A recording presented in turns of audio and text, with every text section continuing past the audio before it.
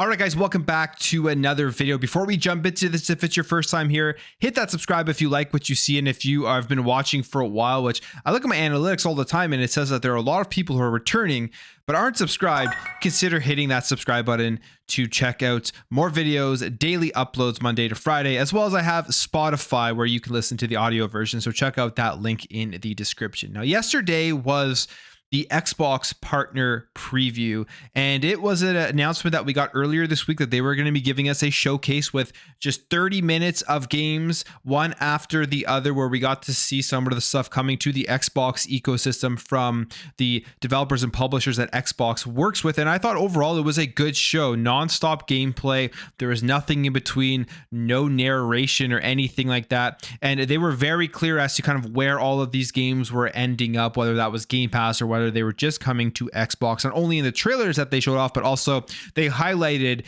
the games that they showed off in sections and showed which games are new trailers, which games are coming to Game Pass and things like that. So I thought it was a pretty good show. This is the actual full list here of everything that was shown off. And there's a handful of stuff that is coming over to Game Pass, and there's also a nice announcement for a game that is available right now that dropped. That if you're a fan of the Stalker series, you're going to want to go out and check out. Is the original Stalker trilogy that is coming out, and it is available on Xbox Game Pass, and this is going to get you just kind of ready for the release of Stalker 2 when it does hit on September 5th. But we'll go through all of the games, starting off here with Final Fantasy XIV Online. We know that it was in beta, in the early access, and now we have the official release date coming to the Xbox Series X and S. That is on March 21st. Now, there is a little bit of more information here in terms of what you can expect from this and the perks that you get from Xbox Game Pass. It says, during an Xbox partner preview event on Wednesday, it also said that the starter edition of the game will be available to claim through Xbox Game Pass Ultimate perks between March 21st and April 19th. And the starter edition, you go over here to Square Enix's site, and it says that it includes the full game plus 2 expansions. So you get Realm Reborn, Heavensward, and Stormblood, all a part of the starter edition, which is what you're getting as a Game Pass perk. So that's a great thing there if you're somebody who has never played Final Fantasy XIV before, and you're going to be able to start and have a ton of content to jump into. And one of the things with the beta for this, they were saying don't connect your Final Fantasy XIV account if you already had a character to play the beta. I believe maybe something would have messed up or it wasn't going to work. But now with the full release, you're going to be able to connect that account. If you're somebody who has been playing Final Fantasy XIV for a while and you want to bring over your character from the previous platform you were on, March 21st is going to be that date. So pretty exciting. I played Final Fantasy XIV in the past, grinded through a lot of it. So I'm going to be jumping in and bringing over my character. Next up, we have Kunitsugami Path of the Goddess, which is a Capcom game.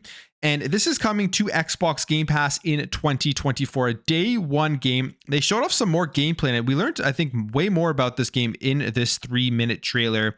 And it is that this is an action game mixed with strategy, and there's just a lot of cool looking enemies and art styles and everything. There's just a bunch of stuff going on within this game. So it seems pretty interesting. Very, very unique game. I definitely want to see more of it, see how it plays and everything. But I think this is going to be a cool game jumping into Xbox Game Pass on day one. But as you can see here, there's the action. Basically, they showed off you getting ready for battles during the day and then going out to fight during the night. But it wasn't just straight up action. There was actually pauses in the battling where you could strategically set up where your players were going to be. So it's a big mix. It's a very unique looking game to me, so I'm excited to see exactly what this game is all about when it does come out. Then there is a newer game reveal here, The Sinking City 2. Looks like a psychological horror game. You can go here and check out the trailer, and this one is coming to Xbox. Not Game Pass, but it is coming over to the Series X and S. Persona fans got a nice announcement here, and that is the expansion pass is coming over to Xbox Game Pass as well. So we know Persona 3 Reloaded is currently on Xbox Game Pass, but if you want to play through the expansions, you're now going to be able to do this. And they gave a roadmap here at the end of the 3 expansions. Wave 1 coming here March 12th, which is the P5R EX BGM set and the P4G EX BGM set. Wave 2 coming in May, which is the Velvet Costume and BGM set. And then Wave 3 coming in September with this episode Aegis, the Answer, all coming over to Xbox Game Pass. So if you're a fan of Persona 3 Reload and you've already played through it all since it launched on Game Pass a couple weeks ago, now you're going to get more content as the expansion pass is coming. And then we get here to the Stalker Legends of the Zone trilogy, which was a very exciting announcement. This is actually available right now to go and purchase on your Xbox, and it is essentially a remaster of the old games with the total console controls added into these, because this was a PC game. It says, as a surprise for Xbox gamers everywhere, GSC Game World launched the Stalker Legends of the Zone trilogy for Xbox One and Xbox Series X and S via backwards compatibility, with cult classic Shadows of Chernobyl, Clear Sky, and Call of Pripyat all available to play today. So if you want to check out the Stalker series, if you've never played the originals before Stalker 2 comes out, now is the time to go and pick this one up. They showed off here Unknown 9 Awakening, which looks very cool. It's kind of looking like an action game here with some interesting story elements and combat and traversal. And you can see here, this also has some like time stoppage and different strategy for the combat itself. They didn't say when this game specifically was coming out, other than it was coming September 2024. So we don't have a date yet, but it is coming obviously onto Xbox. They showed off Tales of Kinzera Zhao, which looks phenomenal. This is one I've had on my radar for a while, and even more so on my radar now, ever since playing Prince of Persia: The Lost Crown, which is one of my favorite games this year. And this looks very, very similar, side-scrolling action platformer where you get new abilities and new ways to traverse through the world. So this one looks very cool, and I will definitely be playing that one.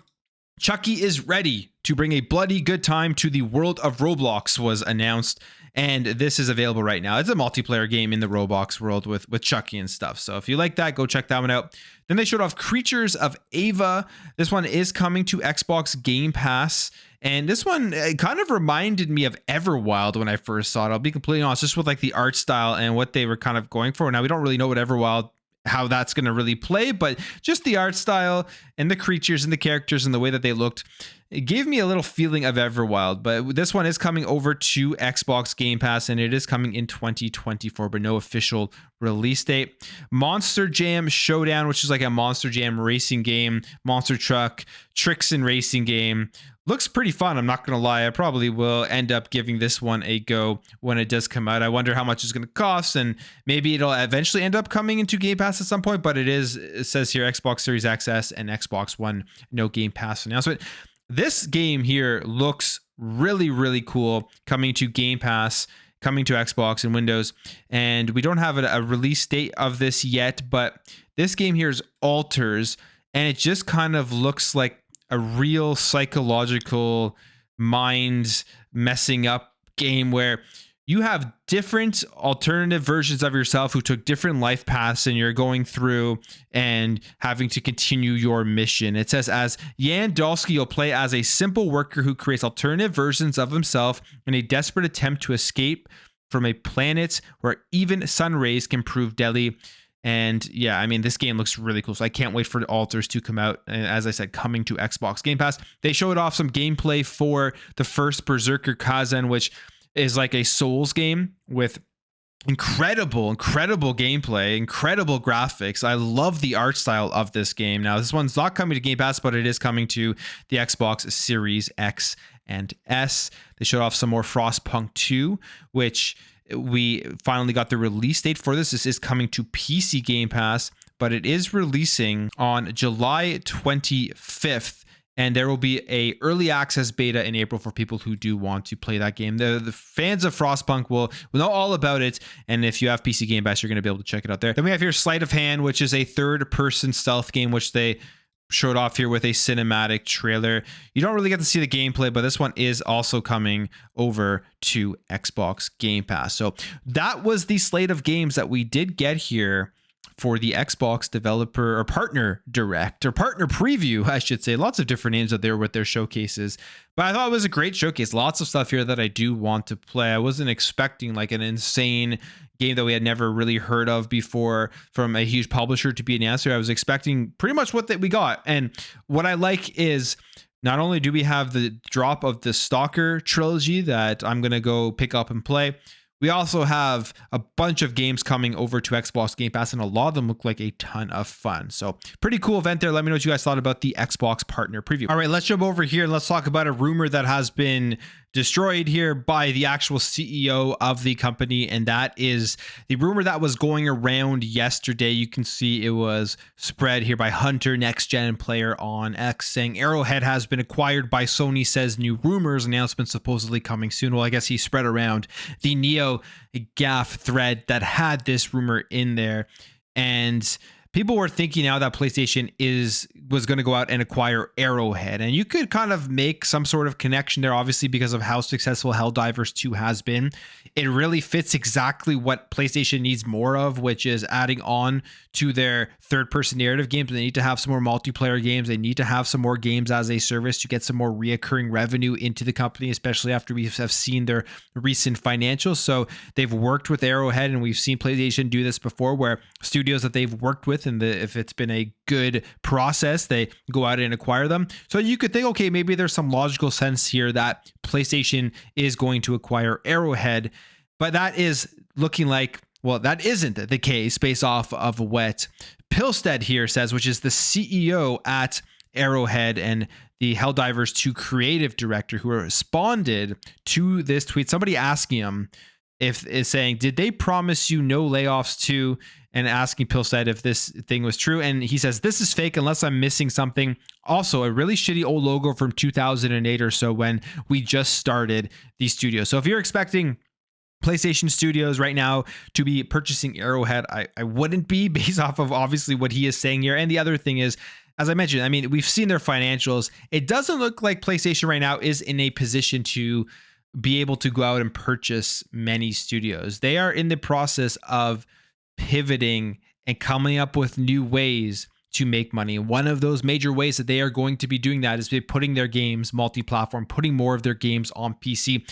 As we also did get another PC announcement here from PlayStation. This is a big one, I think, for a lot of people, because this is a game a lot of people were wanting. I think it's a game that people weren't expecting ever to come to PC, and that is Ghost of Tsushima, officially now announced, coming to PC on May 16th. Some of the features that you will be getting on PC that you don't have on the PlayStation version is unlocked frame rates, support for ultra wide, super ultra wide, and triple monitor support, DLSS 3, AMD FSR 3, and NVIDIA Reflex / DLLA features, DualSense support, and then customizable mouse and keyboard control. So Ghost of Tsushima, there was the rumors going around that it was coming to PC, and it is now official, as PlayStation officially announced the release of this game on May 16th. So that is another one of the first-party PlayStation games that people expected to be only locked to the PS5 coming over to PC. And this is a great thing. This is a good thing.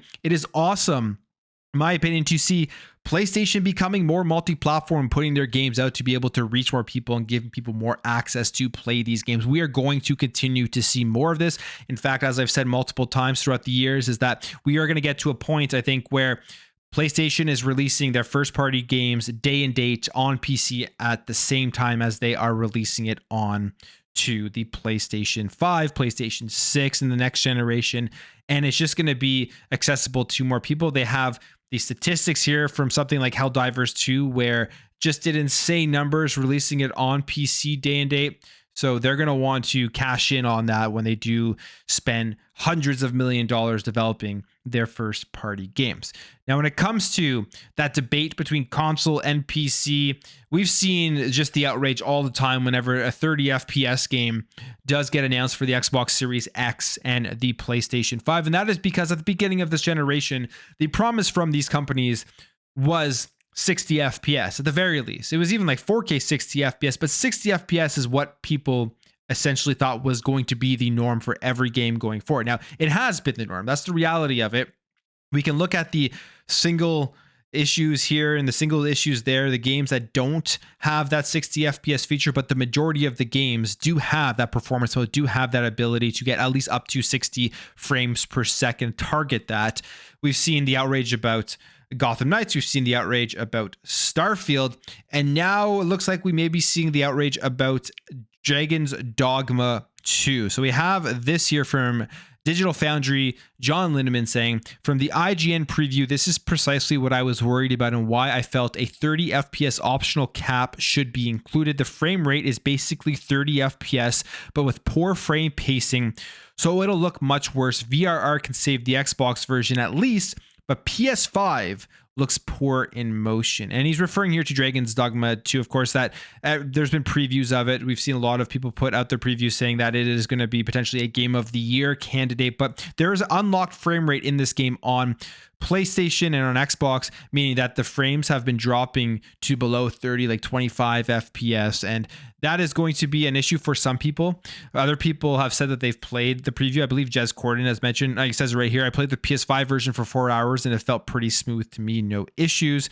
Alex Battaglia says drops to 25 FPS in combat though. So there is going to be some FPS debates here going on about Dragon's Dogma 2. Will it be a huge issue? For some people, yes. For other people's no, because of just how good this game is looking. For me, I mean, it doesn't matter whether I get it on PC or my console. I only have a 2080 in my PC and I play pretty much all my games on my Xbox Series X console. Anyway, that's where my main is. So I'll probably pick it up on the Xbox Series X and I'll probably be okay with 30 FPS just because I don't have anything that's going to give me 60 FPS here in Dragon's Dogma 2. And I mean, I played through Starfield full 30 FPS. I was fine with it. I've played through some Gotham Knights. I just fell off of that game just because it wasn't for me at that time. So we'll see what happens here, but there'll definitely be that debate as to these consoles. Is this it? Are we not going to be able to see that 60 FPS on these newer next generation games from here on out, especially ones that are very demanding, looking like here with Dragon's Dogma 2? Now, sticking on Capcom, because Capcom is by far the golden child right now in the gaming industry. I mean, we've seen layoffs, we've seen studio closures, we've seen the doom and gloom about the collapse of the gaming industry, but one publisher here that above all has been doing it correctly is Capcom, as they have come out here and instead of announcing studio closures, instead of announcing layoffs, they are actually announcing salary increases to their employees. They put out here, Capcom today announced the beginning of in fiscal year 2025 that it will raise its starting salary for new graduate hires from the current level of 235,000 yen per month to 300,000 yen per month. They say you're focusing on strengthening its capabilities with development technology and creating world-class quality games in order to enhance sustainable corporate value, to promote its human resources investment strategy. One of the group's highest priorities since 2022, it has carried out a number of initiatives to invest in its people. And I think this isn't the first time that we've seen these raises from Capcom. I believe we've seen this maybe last year. I'm not 100% sure, but I recall Capcom going against the grain and actually raising salaries where other companies were, again, doing layoffs and all of those things. So good for Capcom. And I mean, not even just with their business side of things, but the games that they have been releasing have just been banger after banger after banger. And again, it looks like Dragon's Dogma 2 is going to be falling into that category. So I think that was pretty cool, especially in a time where all we're seeing is negative news. All we're seeing is layoffs and just the sadness, I guess, around the shrinkage and the closure of studios and people losing their jobs. All right, finally, let's talk about Final Fantasy VII Remake, because Final Fantasy VII Remake is one of those games that people really want to play. And if you don't have a PlayStation 5, you're going to have to go pick one up to play it right now, as it is a console exclusive. The first part 1 did come out on PC about a year later, so I'm assuming part 2 will come out on PC as well, and part 3 will be the same. But we kind of got some more clarification here. I mean, clarification that was then retracted, but I think at the end of the day, I wouldn't expect Final Fantasy VII Remake coming to Xbox anytime soon. If you were expecting this game to come to Xbox, I would say maybe at the end of the trilogy, a year or so after that, maybe even 2 years after that, we will potentially see, once the contract is over, it releasing on Xbox. If at that point you still haven't played it yet, and maybe you want to pick up some achievements, that may be the time to jump in. But there was an article here with Yoshinori Kitase and Washington Post. Gene Park did the article, and one of the things they talked about was the console exclusivity. Now, this is a sentence that was written. It says securing the Final Fantasy VII trilogy as a console exclusive is a feather in the PlayStation cap, and people were running with this and basically saying this confirms the, I guess, still up in the air whether it is fully console exclusive forever thing. Gene Park did go back and he actually did make a correction to this, saying that it shouldn't have been written like that. He tweets this out.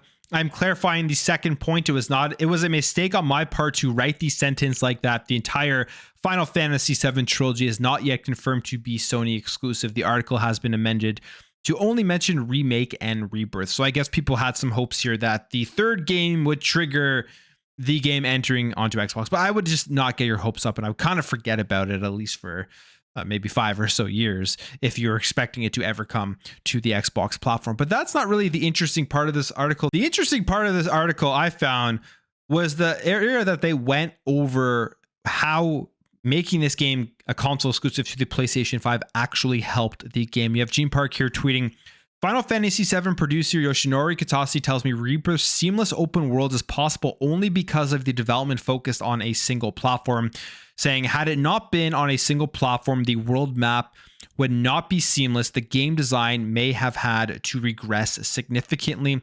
And then you have here, which Gene Park reposted from Night Sky, tweeting this out. To be clear here, in context, he's saying that a single platform allowed them to focus on developing the open world without consideration for other platforms, which is easier. Not that the PlayStation 5's powerful SSD made all their dreams come true, because obviously we've seen that story debunked with Ratchet and Clank, where they claimed that you could only play it on the PS5 SSD. Obviously, that wasn't true. We saw it be able to be played on an HDD with PC, and with a lot of back and forth between that, but it was proven after it did release on PC that you did not need the PS5 SSD to play that game. So those claims going forward just kind of are nonsensical. There's definitely multiple ways and SSDs that would be able to be utilized to play these modern games. But the question here is, because Final Fantasy VII Remake is a PlayStation 5 exclusive, does it really prove here that these games benefit immensely from exclusivity based off of how well Rebirth is doing? And from everything that has come out about it critically, it is a phenomenal game, and the open world and everything that they created has been really, really well done. That's the question that comes out of this. And in my opinion, I honestly don't buy it still. I really do not buy this argument that because games become console exclusives, they end up being way better, and this is what developers would want to do. It allows them to see their creative vision. The reason I don't buy it is because if you look at the Xbox and you look at the PlayStation 5, they are essentially the same under the hood. Yes, Series X slightly more powerful in certain ways, PS5 slightly more powerful with like the speed of the SSD. All of these things do play in, but they have the same architecture. They are both AMD, and I don't think for any minute that any of these developers or any of these publishers or these companies in general would choose to keep a game exclusive unless they were getting just the largest bag possible to make up for the lack of sales for a game if it were to go multi-platform. And on top of that, if you're a creative, if you're a developer, if you're somebody who creates art, you still always want as many people to see your game as possible. If you go to the first party developers at PlayStation, you go to the first party developers at Xbox, I would be absolutely shocked if the majority of them didn't say that they would rather as many people see the art that they create than it be locked to a finite amount of people. So that's where I just don't buy this whole thing. And obviously, because they're under contractual agreements and Sony has paid them a lot of money, they're not going to come out and say, yeah, I mean, this game would be the exact same on Xbox as it would be on PlayStation 5. And they know that the game would sell very well on Xbox, but the amount of money they must have received from PlayStation really would have to have made it attractive to not want to cash in on putting the game out on other platforms. So that's clearly what I think is going on here, even though they will always come out and say, yes, I mean, we worked with PlayStation 5 and it made the development of this game give us the best game possible. The only thing I could see would be maybe it would take a bit longer for the game to be coming out because of the fact they would have to port it over to the different platforms that it would be releasing on. But that's just my take on it. I mean, I could be completely wrong. I am not a developer, but I still just really don't buy it when these developers and publishers come out after signing an exclusive deal and say, oh yes, creating a game for the PS5 or for the Xbox Series X exclusively allowed us to meet our creative vision. And again, it's because, I mean, both consoles are essentially the same. But I will end the video there, guys. If you did enjoy this video, hit that thumbs up. If you are new here, hit that subscribe, and I'll catch you guys in the next video.